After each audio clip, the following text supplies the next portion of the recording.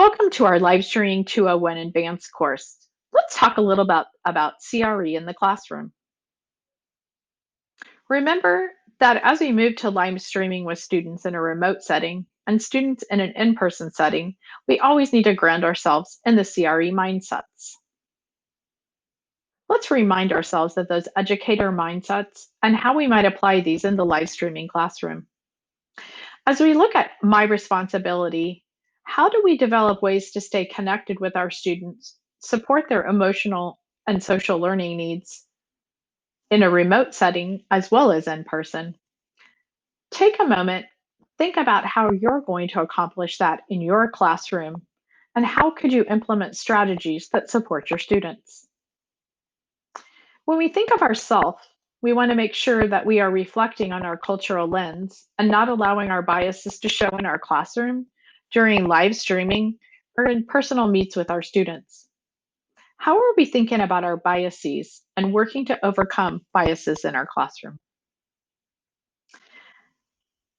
One of the big things is global context. It's something that I'm working on, as well as others, to dismantle our system of power and privilege and how that might affect our students, how it affects me, and how it affects the practice. Again, how can we do this in support of students in our classroom?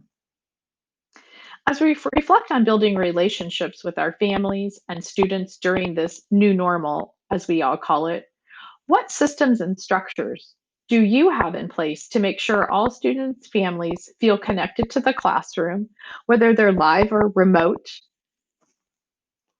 What plan do you have to continue connections with your families and students to make sure that they're connected to their classroom, to you as the teacher, and to the content?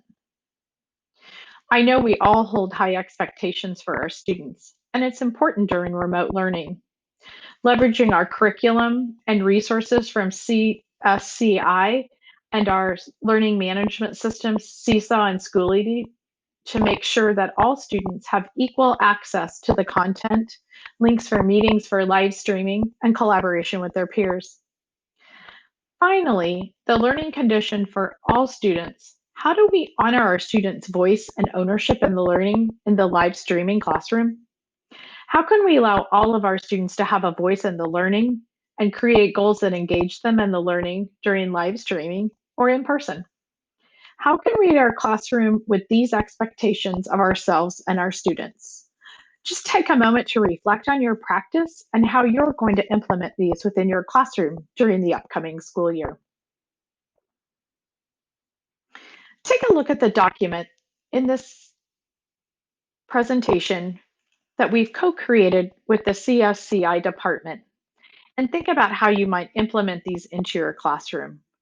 The document talks about great privileges and powers that we have as teachers to make sure that we honor how our students come to class, that we honor that our students are showing up and we celebrate that they come to class, whether they're coming to class possibly wrapped up in a blanket. Maybe they've turned off their camera for reasons that we don't understand, and make sure that we just honor those. So, if you take a look at ways to create norms and expectations with your students for both remote and in person learning, and helping all those students work together in this new environment.